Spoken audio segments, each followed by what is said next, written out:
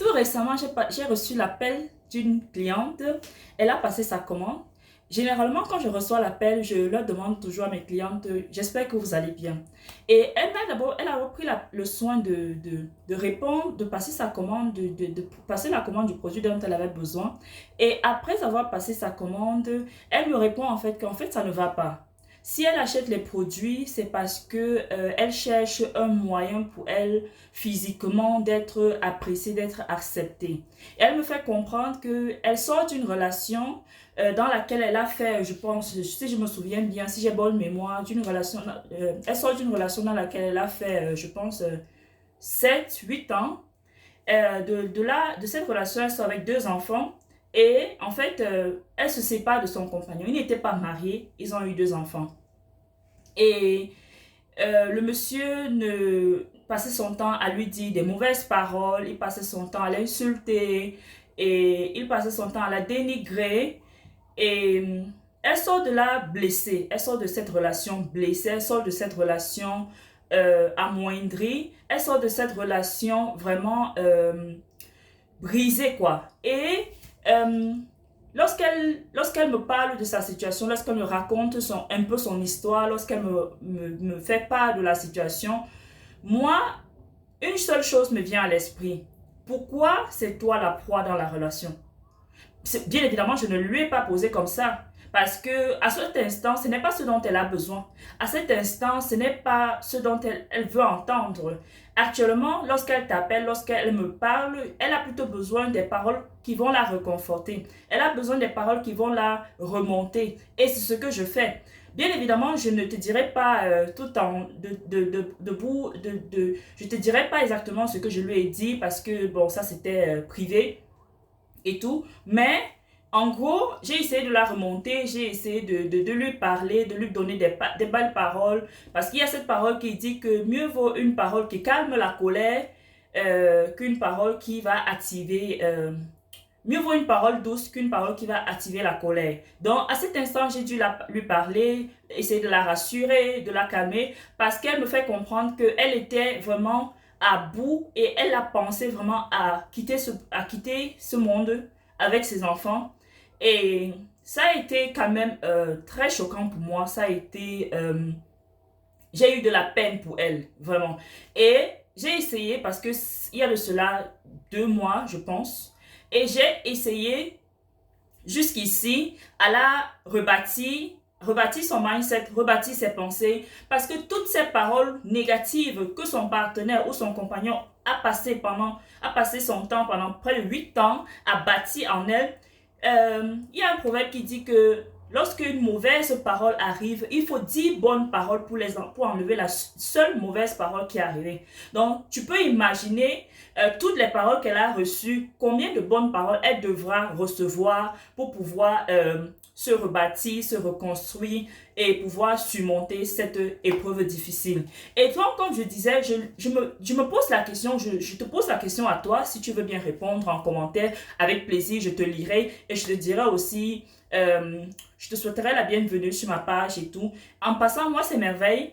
Et si tu écoutes ma vidéo, n'hésite pas à me dire en commentaire de quelle partie du monde tu m'écoutes et comment est-ce que toi tu fais justement pour sortir des épreuves difficiles, pour sortir d'une relation difficile. Comment est-ce que tu fais pour te rebâtir, pour te reconstruire. Ce que je lui ai demandé, ce que je me posais la question, c'est de savoir pourquoi est-ce que c'est toi la proie? Pourquoi est-ce que c'est toi qui te fais manger? Pourquoi est-ce que dans la relation, c'est toi qui dois pleurer? Je te dirais, sois une chasseuse. Sois une chasseuse.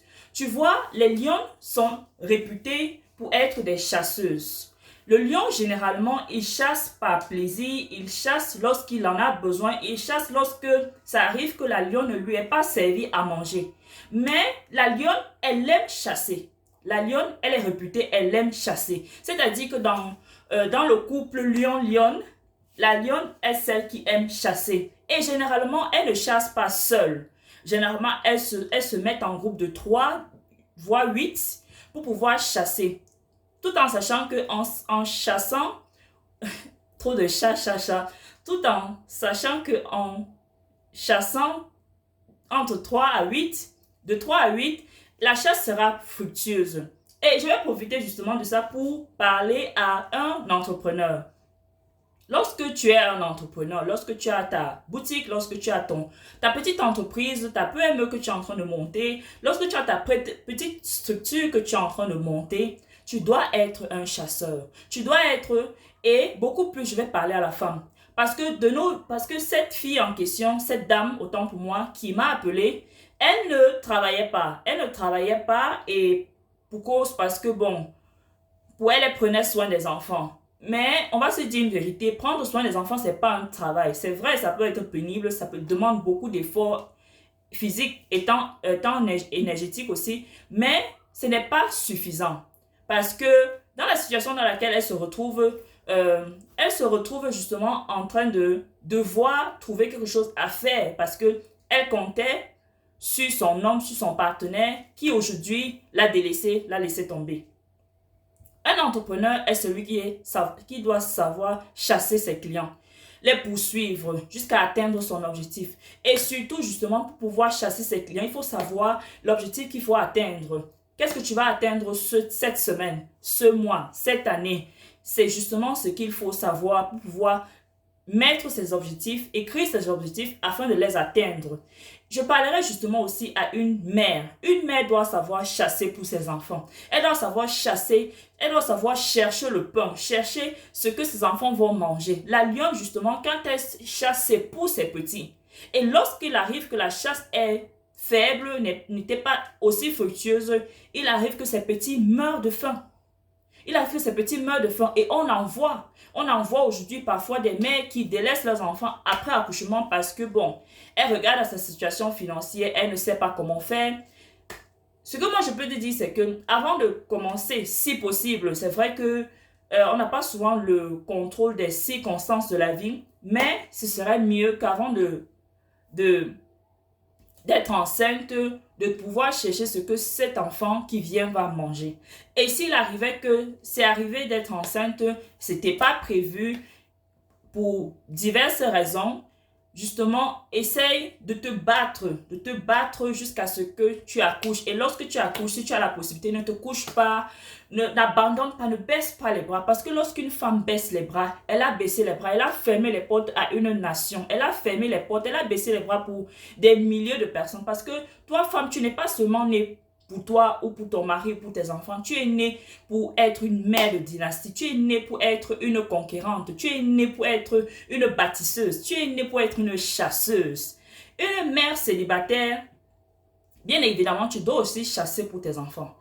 Je parlerai finalement à une épouse. Une épouse, quand bien même elle serait mariée, bien sûr, c'est une épouse, elle doit chasser, elle doit travailler. Tu dois faire quelque chose de tes mains. N'attends pas ton mari.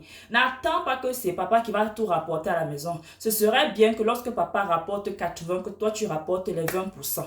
Ça fait du bien à cet homme. Tu n'es pas totalement dépendante de lui et ça te permet aussi toi-même d'être équilibré psychologiquement de travail parce que travail c'est une source aussi d'épanouissement parce que lorsqu'une femme dépend totalement d'un homme, je peux te garantir que ce n'est pas très plaisant, c'est pas beau à voir. Et je parlerai aussi à une personne qui n'est pas mariée, qui n'a pas des enfants pour toi-même. Ma belle, je vais te dire une chose, il faut savoir prendre soin de toi. Tu es appelé à être une mère, tu es appelé à être une épouse. Bien sûr, si tu aspires au mariage, ce n'est pas toutes les femmes qui vont se marier, qui désirent se marier. Ça, je te le conseille. Mais une chose est sûre, pour ton développement personnel, pour ton équilibre, pour ta beauté, pour ta paix intérieure, pour ton développement intérieur comme extérieur, pour ton développement pour le développement de ton homme intérieur, je peux te garantir une chose, tu dois te bâtir, tu dois te construire, tu dois te développer intérieurement. Parce que cette vie-ci là, soit tu es mangé, soit tu manges les autres. C'est-à-dire que soit tu es chassé, soit tu chasses les autres. Refuse d'être une proie. Refuse d'être celle qui sera mangée. Refuse d'être celle qui va pleurer. Refuse d'être celle qui va pleurnicher. Oh, ne pleure pas.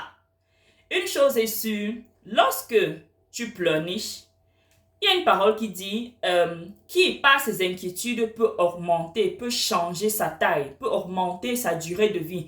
En d'autres termes, lorsque tu pleurniches, lorsque tu pleures, lorsque tu te morfonds, qu'est-ce que tu changes à la situation? Pas grand-chose. Je dirais même rien du tout. Or, il faudrait plutôt que si tu pleures, ça peut arriver que ce soit difficile, mais lorsque tu pleures, il faut te relever. Lorsque tu pleures, ne reste pas dans ta coin, ne reste pas sur ton sofa, ne reste pas sur ton fauteuil, pleurer à longueur de journée, manger te remplit. Non, lève-toi et va batailler. Quand bien même ton employeur t'aurait licencié. Écoute, tes mains sont là, tes 10 doigts sont là, tu as tes 2 pieds. Alors utilise-les, réfléchis. Qu'est-ce que tu peux développer? Qu'est-ce que tu peux mettre sur pied pour pouvoir montrer ta propre structure? Est-ce que tu es obligé de dépendre de cet employeur? Parce qu'il y en a, lorsqu'ils perdent leur travail, ils pleurent, ils se morfondent, ils se disent que tout est fini. Mais non, tu as encore ton souffle de vie, tu as tes mains, tu as tes pieds. Réfléchis. Développe tes pensées. Qu'est-ce que tu peux mettre sur pied qui peut te rapporter de l'argent afin que tu sois équilibré, afin que tu sois épanoui? Ça, c'est justement ce que je voulais partager avec toi. N'hésite pas à me dire en commentaire ce que tu fais dans la vie, ce que tu en penses et on se claque le bisou à une très prochaine fois.